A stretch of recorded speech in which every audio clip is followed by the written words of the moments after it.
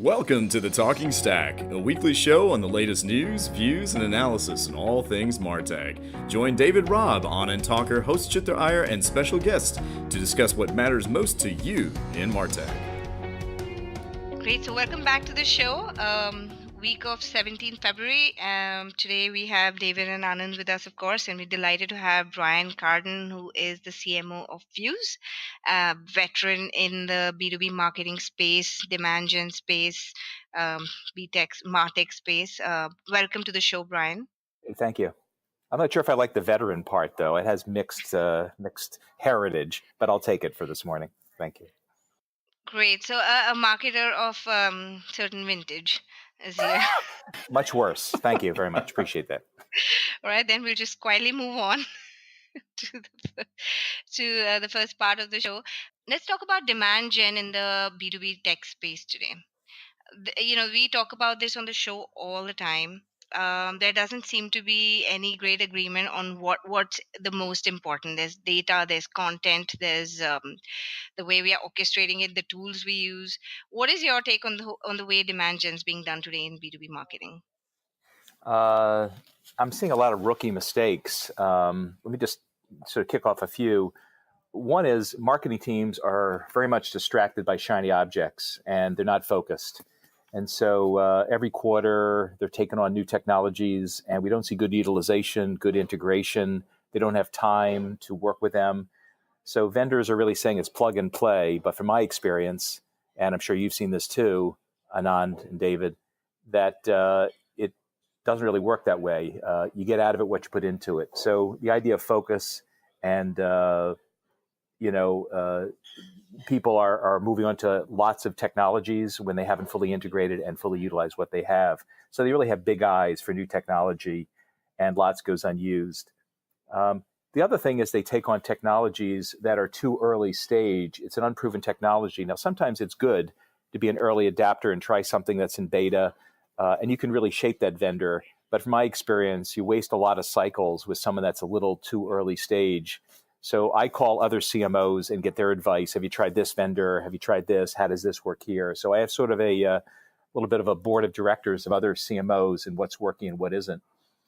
And then the other thing is that, as we all know, science has forever permeated, demand gen. And I'm seeing a lot more with AI really coming up here, both for using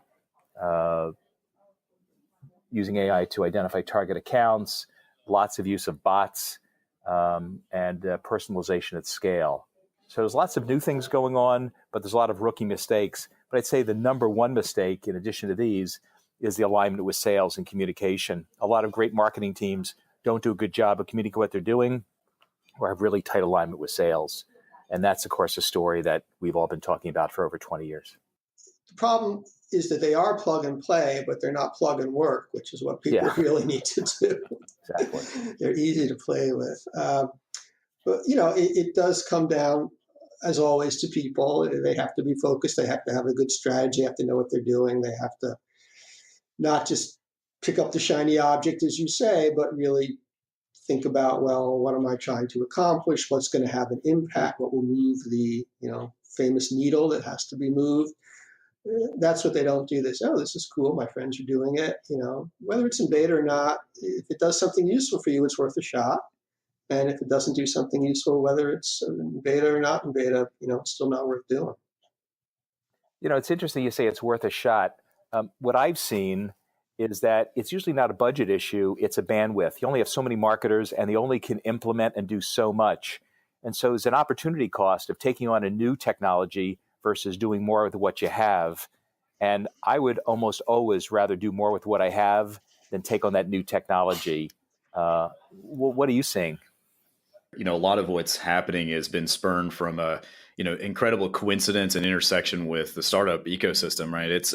The startup culture, we're seeing so much activity, and that's being mistaken for progress or, for real achievement or real accomplishment. You said something very interesting, Anand, and that is activity versus progress. And with all these tools, every one of these tools has a set of dashboards.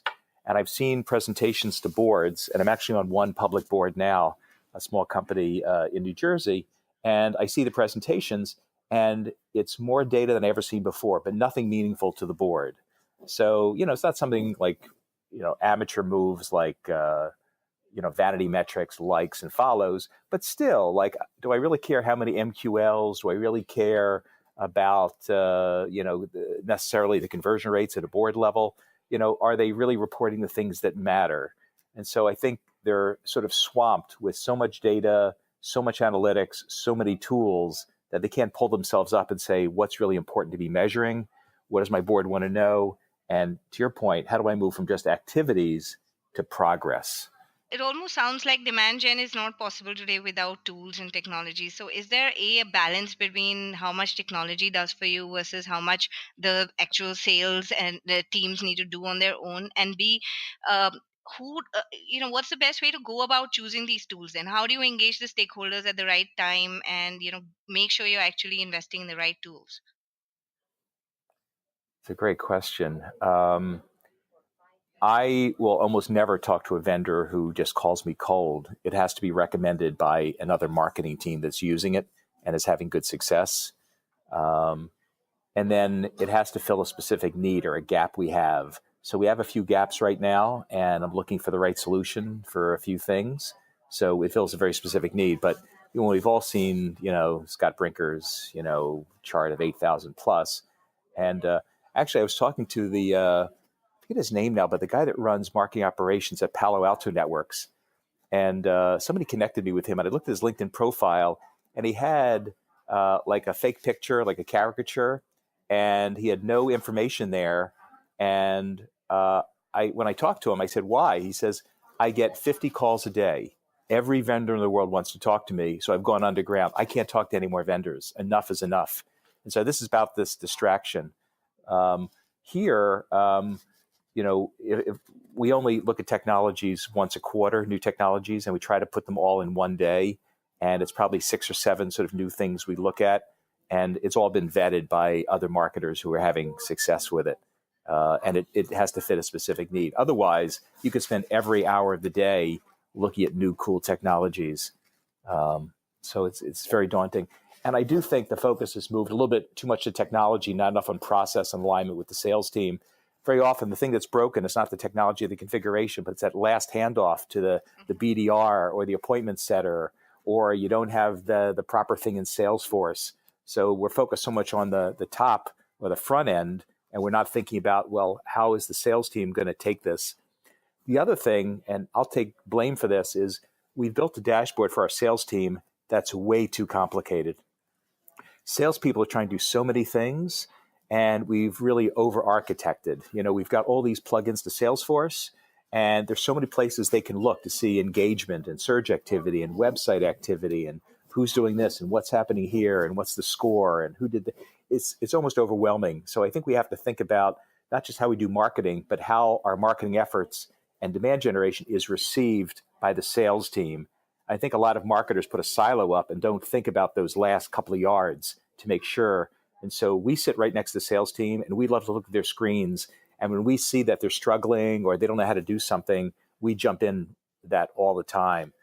But it's it's not a handoff anymore to sales. You've got to sort of own that and stay with sales through the whole process. I think the way people leverage marketing technology, marketing automation has changed quite dramatically, especially with things like CDP in the mix. What's your take on that? Well, certainly marketing automation at one point in the B2B world was considered to be sort of the center. All your data was going to be marketing automation. Well, it turns out that's not really the way things work. You got all this web data over here. You got your customer success data over there. Even all your CRM data doesn't necessarily make it back and forth in the sync. So that's become more of a point application for marketers, and they have other tools. And this is part of the complexity that Brian was talking about. You have so many tools, and they don't necessarily talk to each other. So now you have marketing ops teams. We didn't used to have marketing ops teams. I mean, the whole concept isn't really that old because you didn't need them. You didn't have that much technology. But now we have somebody whose job it is just to sort of wrangle all these different systems together. That in itself is an issue. Certainly, the promise of the customer data platform is that it's going to at least pull all the data together, not pull all the processes together, just pull all the data together, maybe do orchestration if it's the kind of CDP that does that, or if there's some other tool that does orchestration that works with the CDP data. But that's a promise. Sometimes it's met, sometimes it's not. It comes down, as we were saying earlier, to people implementing properly and knowing what they want to do and designing their particular setup to accomplish that. So, what David said really resonates with me. I'd say, 5 to 10 years ago, marketing automation was the center of all marketing activities, and everything sort of floated around that. It was sort of the system of record for the marketing team. And it just doesn't have the capability to be that anymore when you're appending so much more data in there and trying to run analytics on that. So it doesn't, really work. So now it's almost a point solution in some ways. It's able, and of course, let's face it, marketing automation is email centric. 15 years later, it's still basically an email platform. I know the folks at Marketo and Eloqua and HubSpot will scream, but that's 90% how people use it. I know it can do segmentation and obviously scoring and nurturing and all those traditional things, but it pushes out emails largely. And so I think we move beyond that. So it's one of the tools that I think used to be a nice to have. 15 years ago, there were email service providers that would blast emails, and marketing automation was the next generation of more sophistication, but it's still very email centric. And I will say, when I look at the open rates from emails, not just here, but when I look at the data that Serious Decisions and other have, they're just plummeting. That people don't respond to emails. And I think marketing automation that is email centric is sort of missing something. I see our sales team making phone calls and no one picks up their phone anymore. What's a desk phone? People don't listen to their voicemails. And so there's a real question about how do you reach people? And there's sort of a next generation of personalization and artificial intelligence that I think is going to be a way to do that. And the other thing that strikes me as very non-technology is direct mail. We do lots of A/B testing with different campaigns, and shockingly, direct mail is proving very good at performing versus digital means. Brian mentioned something about marketing automation being kind of on the sidelines now and not as central as it used to be. And on one of our previous shows, we talked about the fact that a lot of marketers don't really know how to extract the most out of their marketing automation, right? So there are many capabilities when you buy it, when you invest in it, there's all these cool functionalities, but then you end up using it mostly like an email marketing tool and you don't really use it as much as it could be used. That's A. And then B is that the all these point solutions are kind of now integrating directly with CRM. Okay, so I don't even see where these large large marketing automation, full suite marketing automation platforms are going to fit in if all these smaller standalone point solution apps, be it for social media or mobile apps or whatever, plug straight into CRM. So, David, do you see CRM as becoming that central glue, or do you think it's still going to have to be between marketing automation and CRM as the two central stones? Yeah, I don't think marketing automation goes away. I think that, first, of course, marketing automation and CRM in the B2B world are going to sync with each other, regardless. So you can think of them as almost the same system, or at least, two halves of tightly connected systems. But, marketing automation, it's a tool for marketers. It's designed for marketers. It's technically structured a certain way to deal with large masses of data and do analytics against them. It's just built for a different set of tasks than CRM, which is really, assuming we mean CRM, which really means sales automation and maybe call center, because CRM has taken a broader meaning in some areas. But assuming we mean CRM the way Salesforce means CRM, which is like the Sales Cloud, that's still something that's primarily for phone agents and sales agents on the phone or in the field to have one-on-one conversations and record the results and look up individual customers. So they're really different use cases, and they can't converge because they're going to remain different. And the data underneath has to be structured differently to serve one purpose or the other. So I don't see marketing automation as going away. You're right, though, it becomes more of one of the spokes on a wheel where the CDP or some central data store, and it could be CRM, is at the middle with all the data. Again, that also has to be structured in a way that's appropriate for that kind of application, which is not the way CRM is built, but that doesn't mean that the CRM vendors can't tack on what is essentially a CDP data structure. Most of them haven't done that yet, but sooner or later they'll figure that out. And when they do, they will. And then it'll all look like CRM from the outside, because only the technicians will care what's under the hood. There are fascinating governance issues. Just listening to you, David, we had a situation where a vendor was, as they were crawling through the web and caching new content, they would write new data into our CRM. And it was actually overriding what salespeople were putting in there. So let's say they had a new phone number or a new title of someone. And so I think there have to be a lot of discussions about what is your system of record. If you are appending additional information, what business rules are there? Is the new data overwrite the old one? Is the old one good if a salesperson put it in? So we were in a position where this vendor was giving us lots of data, and we just put it right into Salesforce, and it was destroying a lot of good data that our sales team had put in. So a salesperson did a really good job of entering a lot of contact information and addresses and all this stuff. And suddenly a vendor just through automation, and we allowed it, just came in there and populated these fields and took out a lot of good data that salespeople had. So I think you have to have good governance and good policies about which data is where, because we're talking about three separate areas now: the data platform, CRM, and marketing automation, and what is syncing with what. I think we have pretty good syncing right now, marketing automation and CRM, but what's the role of syncing with the customer data platform?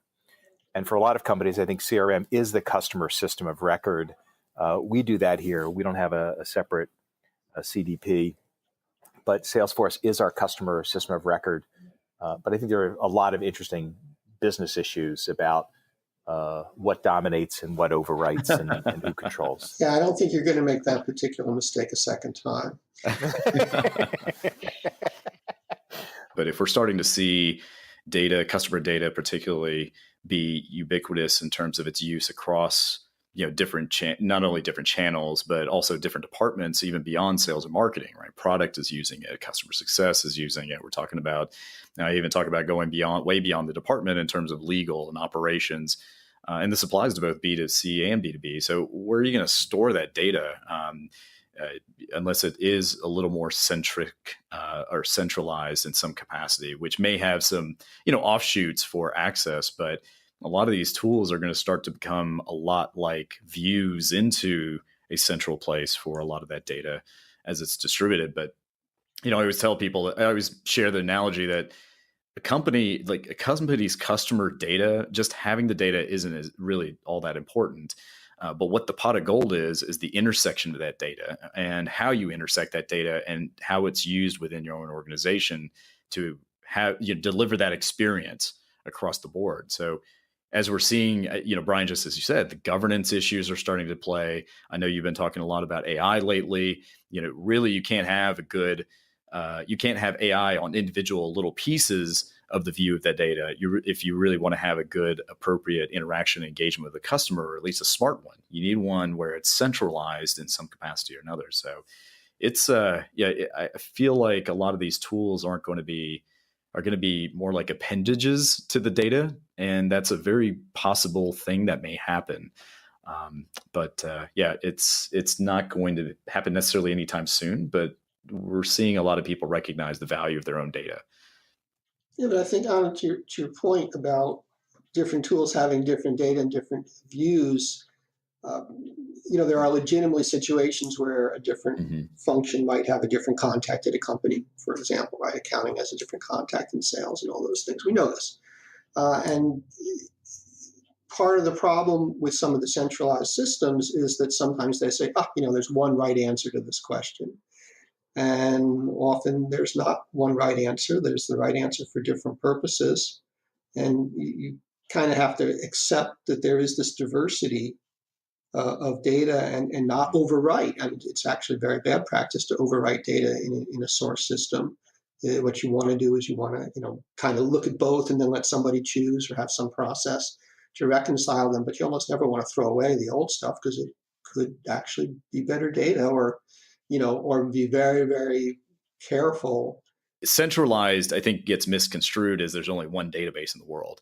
But what I love about marketing technology is that we borrow from so many different disciplines, and the financial realm has solved this a long time ago. Right? Here's a system of record about an individual. Here's all their transactions. Here's all their interactions. Here's this is how we're able to flag fraudulent activity. Here's how we're able to deliver different offers. Here's how we're able to in a limited fashion, how we manage a lot of that information. And that historical persistence is incredibly important, along with the governance, along with the intelligence. But it's not one database. And you're right. The full benefit of artificial intelligence, predictive analytics, the example you gave, Anand, about identifying fraudulent behavior, let's say a fraudulent credit card transaction or something like that, can only happen if everything's in one place. You've appended, all the different data. It's a pretty complete customer record. And then you run the analytics on top of that. And we're finding that as well, that we're doing these ad hoc analyses. For instance, we're doing analysis right now about at-risk customers. So we want to understand who's at risk. So we looked at customers who renew and customers who don't renew. We have about 40 pieces of data about how often they use our products and blah, blah, blah, all these different attributes. And then we're able to run the analytics to identify a set of at-risk characteristics. If someone has not done this in the last 30 days, if someone has not done this, it's someone who may not renew. But that can only happen if we have all the data in one place, everything we know that's robust enough to be able to do the predictive analytics. And I think the financial services analogy is an important one, because what it really reflects is that there are some industries and some departments that are way more mature than marketing, and certainly than B2B marketing, when it comes to data management. So we talk about rookie mistakes. Earlier on, I think marketers in general have made quite a few rookie mistakes about data, like assuming, there's always one right answer. It's okay to just throw away everything else. That's not something a financial services company would ever make, right? And so we have a lot to learn from other departments who've really been working with important data way longer than most marketers have.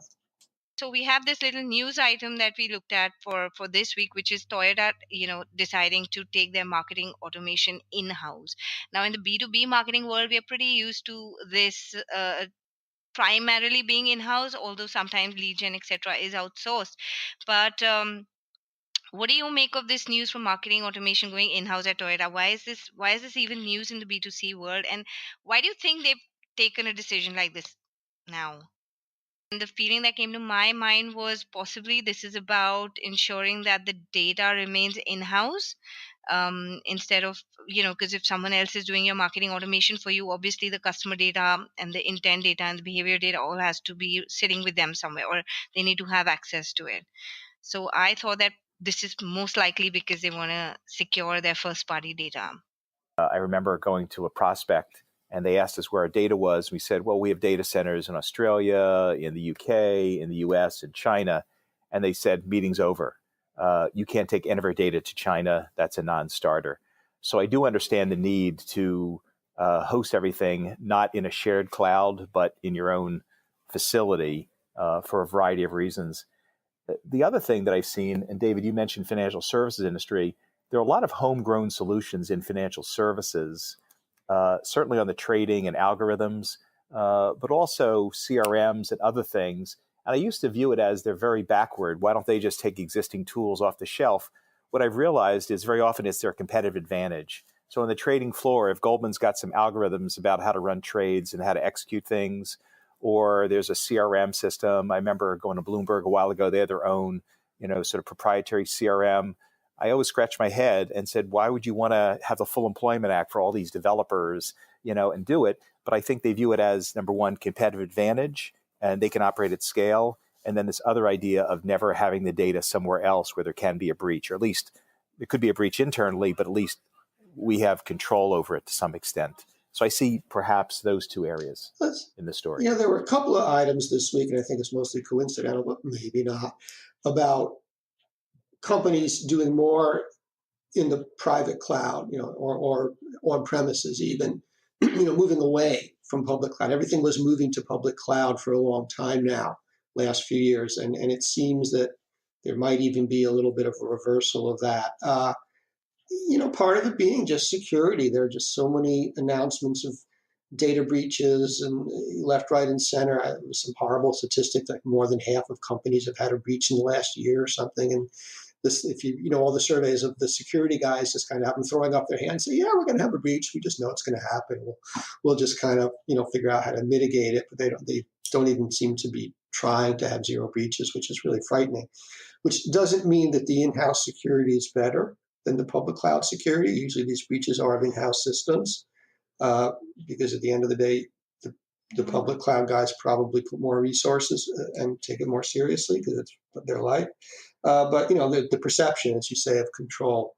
There's actually a strategic top-down approach with Toyota that they're looking at this. And of course, one of the arrangements about a sense of purpose is, what are your core strengths? What brings your differentiation, as someone had mentioned, to the table? And for them, for the longest time, Toyota has always been known, and this is something that I guess they want to reemerge, is the idea of efficiency. And that's what I was reading about in the article, was the focus on efficiency. They didn't say that. I think their CMO, or the person in charge of this mission, didn't say that they wanted to cut costs, and that wasn't the reason. Maybe it was behind the scenes, but the reality was it was all about being able to spend smarter. And then two, what we were dialoguing to earlier, which is, I'll have more control. If Toyota is known for efficiency, it can do that across different parts of the business. And considering marketing is now obviously much more technologically driven, operationally driven, there's opportunity for efficiency. I used to joke with people that if I were to go back to school again, instead of being a computer engineer, knowing that I'm going to go into marketing technology, that I would have gotten an industrial engineering degree, because of the nature of efficiency and effectiveness, and managing resources in an optimal or adaptable way. So I think it's an interesting move by Toyota to kind of reinforce their own mantra and to tie that in, even from a marketing perspective. Hail for this week, and it's one that's probably got David smiling for sure. Which is, there was this experiment in Europe where a data location vendor called Timo worked with a GDPR regulator on a particular data consent model, which was specifically sort of worded to show transparency to the customer in terms of the language used, and explaining to them quite clearly how the data would be used, etc. And according to them, this experiment has yielded no less than 50% and close to 70 and 80% opt-in rates in some cases, which is quite revolutionary, because this was the biggest fear of marketers when GDPR and now increasingly regulations in the US are coming in, that if we have this really transparent conversation with customers, they're not going to give us any of their data. So what do you think? What was interesting about the consent language, it was in French, and my French is pretty weak. So it either said that they're going to share their data with third parties, like saying it in so many words, or they're proposing menage a trois. I wasn't quite, there was third something going on in there. I'm going to guess it was. Yeah, you got the gist of it, I think. One of the other. So there's a lot of sharing going on there, but they were coming out and saying it boldly, and they're French, so it might have been exactly, the latter, that explains it. So maybe that's why they consented, of course. The key point is here, you can word these things. It's not the end of data gathering as we know it. They need data, even third-party data sharing, because this was location data. I mean, this was the kind of stuff that people really are sensitive about sharing. I will say, sometimes when I'm talking to our general counsel, I lose the arguments. I very much want to have simplicity in the language. I want common words, not legal words. And I find that they override me because they say there's risk or something. And so we end up with messages, whether it's, GDPR language or cookies on the website or whatever, that ends up being more legally than I would like. I don't know how to win those arguments. I know this is aging me a little bit, but SOX compliance, like there was a lot of things where they were trying to, the accountants were trying to find simpler ways to be able to dialogue on those mandates and meet those mandates. And there were some creative ways being done, but no one would do them until someone took that bold step, and then everyone else fell in line to it. But as a consumer, I just feel like till there's a monopolistic situation with any product, you kind of forced to, no matter what the language is, you have to opt in. I just got a new phone and I had to like sign up for the G Drive on that or whatever, and it gave me all these agreements. I mean, there was no option, right? If I didn't sign in, they wouldn't let me use the service. Simple as that. But in a situation where there's two services that offer exactly the same thing, and one has more, and especially as consumers get more aware of their data being misused or whatever, I think people do tend to at least make an effort to read it or feel mildly upset about it at the moment. I might choose the more transparent one over the other. Right. Yeah, well, few people are going to, I think, choose products based on the privacy language. They may choose products based on the perception of the privacy policy Yeah, of the company. exactly. That's exactly right. It's the Which perception. brings us to Apple, Yeah. but just to your point about consent, because there was an item now 2 weeks ago in Germany where the German antitrust regulators told Facebook you have to have options within your consent, specifically because you're such a dominant market force. Other people can get away with one consent, like yay or nay. Because you're Facebook, you actually have to let people use the service without consenting to sharing their data. And so, that's where that has to come from. It has to come from outside regulation, forcing these companies to give up that, to offer those kinds of options. GDPR was supposed to do that. This was actually sort of under GDPR. And if that happens, then we really will begin to see some meaningful consumer choice about when to consent and when not to consent. Fantastic. What a great discussion, starting with rookie mistakes on demand gen and MarTech. Then we spoke about the role of marketing automation and how it's going to sit with CRM and other data centers in the times to come, the questions around governance and a data system of record. And of course, that point about taking more learnings from other functions that have probably got more advanced with the use of data than marketing has. And also on the back of that piece around Toyota in housing is marketing automation, we spoke more about why taking direct accountability for data could be seen as a competitive advantage, where David made that point about private clouds as well. And we ended on the hopeful note that GDPR and regulation as a whole is not the end of data gathering as we know it, as that experiment in Europe recently proved, and why perhaps making some of the more monopolistic walled gardens more regulated could offer a more meaningful version of consent for us consumers. Thanks, Brian, for joining us and sharing your valuable experiences and perspectives. And of course, David and Anand, as always, and our audiences for being here with us. See you next week. My pleasure. This was really a lot of fun. Thank you. Thanks for joining us. See you next week with our take on the big news in the MarTech world. Log into martechadvisor.com for more expert commentary on all things MarTech.